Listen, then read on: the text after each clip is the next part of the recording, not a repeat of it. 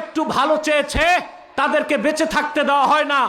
শরীফ ওসমান হাদিকে প্রকাশ্যে গুলি করা হয়েছে বাংলাদেশে। এই কলঙ্ক থেকে বাংলাদেশ কোনোদিন মুক্ত হতে পারবে না।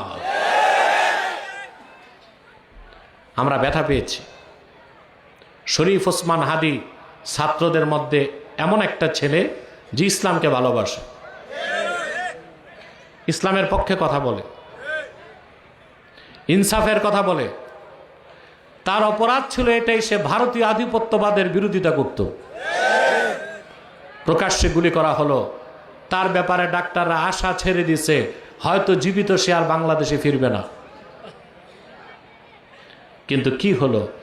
তার মানে ভবিষ্যতে কেউ যেন স্বৈরাচারের বিরুদ্ধে, দুর্নীতির বিরুদ্ধে, ভারতীয় আধিপত্যবাদের বিরুদ্ধে কথা না বলে, সেজন্য ওসমান হাদিকে টার্গেট করা হয়েছে। ইহুদিরা, খ্রিস্টানরা, পশ্চিমা আর ভারতের দালালরা, শুনে রাখো, ওসমান হাদিকে হত্যা করেছ। বাংলাদেশে ইসলামের পক্ষে, ইনসাফের পক্ষে, দুর্নীতির বিরুদ্ধে কথা বলার জন্য লাখো মানুষ তৈরি আছে।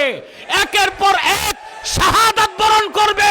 ইসলামের পক্ষে বক্তব্য বন্ধ হবে না, ইনসাফের পক্ষে বক্তব্য বন্ধ হবে না, স্বৈরাচারের বিরুদ্ধে বক্তব্য বন্ধ হবে না, ভারতীয় আধিপত্যবাদের বিরুদ্ধে বক্তব্য বন্ধ হবে না বাংলাদেশে।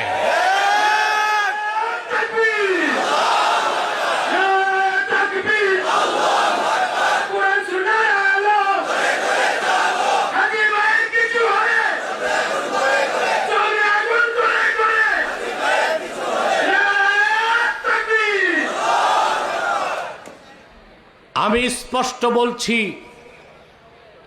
বাংলাদেশের রাজনীতিবিদদেরকে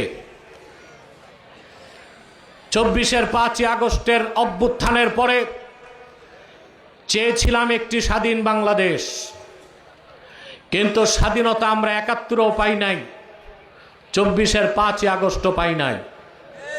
পেয়েছি হাদির রক্তের বিনিময়ে। আমরা চাই বাংলাদেশ স্বাধীন হোক,